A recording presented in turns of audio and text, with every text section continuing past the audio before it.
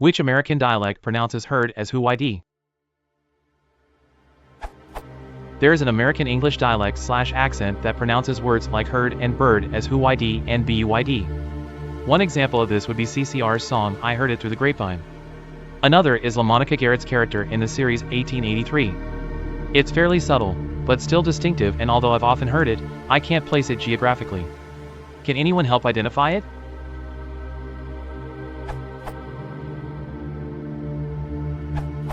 Short answer, Brooklyn English and New Orleans English. Longer answer, at present, virtually no still-spoken varieties of American English feature this merger, but in the past, it was common in some accents in New York, stereotypically in Brooklynese, and in New Orleans English. What we hear in Creedence Clearwater Revival's version of I Heard It Through the Grapevine is called the Curl-Coil merger. Here's some of what the Wikipedia article has to say about this merger.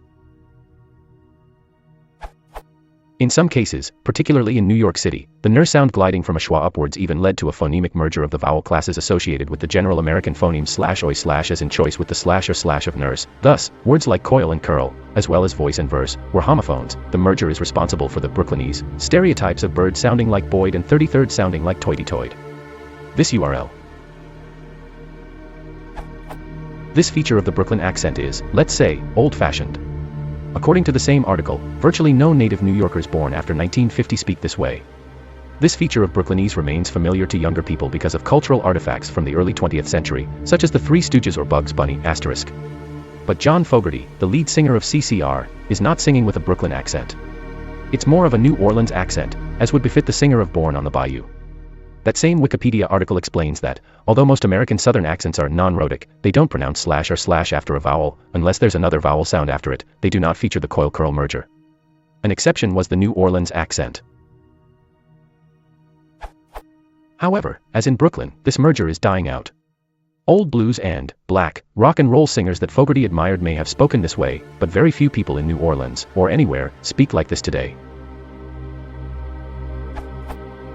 According to Bugs Bunny's voice actor, Mel Blanc, Bugs actually has a Flatbush accent, which is equal parts Brooklyn and Bronx. This URL.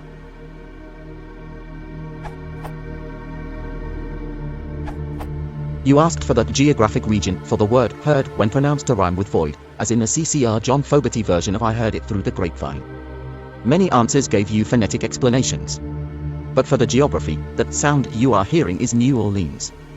Fogerty modeled many of his themes as well as his lyrics, including pronunciation, after the images and street patois of that famous area. Born on the Bayou, New Orleans, and others. The ties to that city and area are so noticeable that a very frequent question about Fogerty and the boys is, aren't they from Louisiana? Quora has an entire post on that subject. This URL. Hopes this helps.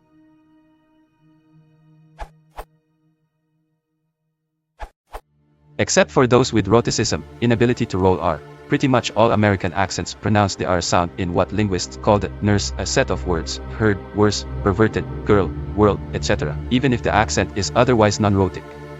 The dropping of R in the ners set in North American English is really limited to those natives of Brooklyn, New Orleans, and Charlton SC that are a minimum of 80 years old.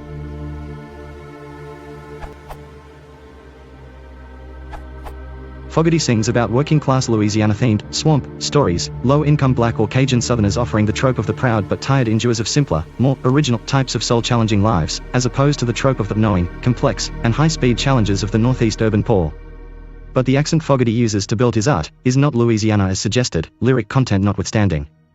It's very definitively the post-war New Jersey, working-class accent adopted by many U.S. singers of the contemporary counterculture, to convey, whatever their privileged suburban Anglo-white middle-class background may factually have been, that they were sage fellow travelers rejecting the values of privilege and capitalistic greed held by their parents, and speaking for, and with the street cred of, the more authentic, working class, as conveyed by using the, then, highly recognizable accent of the unvarnished, low-income folks of Jersey.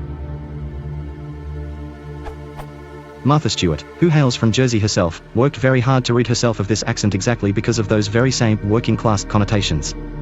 Not consistent with the image of expert sophistication she wanted to convey. In those days, your accent, whether in England or US, pre-identified you, fairly or not, as belonging to a particular socio-economic demographic. Historically, in the immediate pre- and post-war periods, Jews and Italians were the predominant immigrants to New York and New Jersey. Stereotypically, Italians were known for manual labor, e.g. construction, Jews for more esoteric occupations, including studying the respective roles of man and God, and their responsibilities to each other as a form of discourse rather than a set and unexamined doctrine. A frame of view to which the counterculture and their songwriters were drawn in their quest to redraw the capitalistic, war and depression causing culture of those over 30, and to create a new social and spiritual contract in the world. Many of the best songwriters of the CCR era, Dylan, Diamond among them, came from this Jewish tradition of discourse-based role exploration. Even Karl Marx, idol of the counterculture, who later in his life preached atheism and anti-capitalism, was born into the Judaic tradition of examining the human role and responsibility in established order. Many in the counterculture saw themselves as the proponent of the conscientious common man. The easily recognized Jersey accent provided the idiom through which they could convey their conscience-raising lyrics.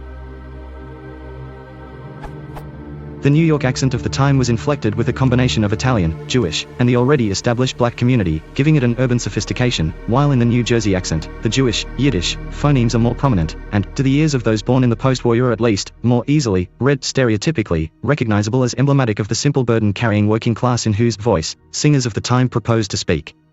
It therefore works better as a tool to telegraph the street cred of songs about the travails of the common man on whom RFK and the counterculture artists were focusing.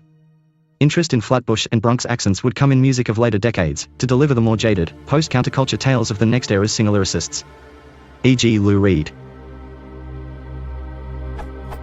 On top of this, the British, musical, invasion of blue-eyed soul and psychedelia, e.g. Stones, Animals, late Beatles, Donovan, Led Zepp, had the softened Rs you speak of, which were also adopted by many US artists of the 60s and 70s, cause they made the word sound richer, more poetic, and time-transcending. The softened, open-ended lets you hold the note longer, and even wail into it, affording more room for depth and emotion. The John Fogerty singing accent is therefore a combination of New Jersey working-class Jewish Yiddish, a badge of the counterculture indicating affinity with authentic, contemplative common man, turning their back on middle-class capitalistic values, and looking for deeper, more poetic realities, and the softened Rs of the British invasion's blue-eyed soul psychedelic rock, complementing the sounds of that deeper and more poetic search. If you lived at this time, grooved to this music, and were part of a garage band with aspirations to hit fame, you practiced these accents to get the sound right, ESP the softened RS, outside the US the Jersey thing less so, though the English liked to take on what they thought were US accents in their songs. Listen carefully, that's not an English accent the Stones are singing in. It's true that the French basis of the Cajun accent has softened RS as well, but they differ from the British ones. I've never heard a Cajun speak in a Jersey accent. Jersey is more nasal and to the front of the mouth, with broadly pronounced vowels. Cajun comes from further back and deeper in the throat, and the vowels are much less broad. Pronounce the word garcon, and you might see what I mean. The lips close around the on sound. A softened is about the only thing Cajun and Jersey accents have in common. You would never mistake Trey Landry's or Russell Arna's classic Louisiana accents with John Fogerty's vocalizations. I recall it was a topic of the time, 60s and 70s, when I worked for Capitol Records, to query how the beloved CCR came to sing swamp rock with Jersey Jewish British accents. My favorite answer, who cares, it sounds perfect doesn't it?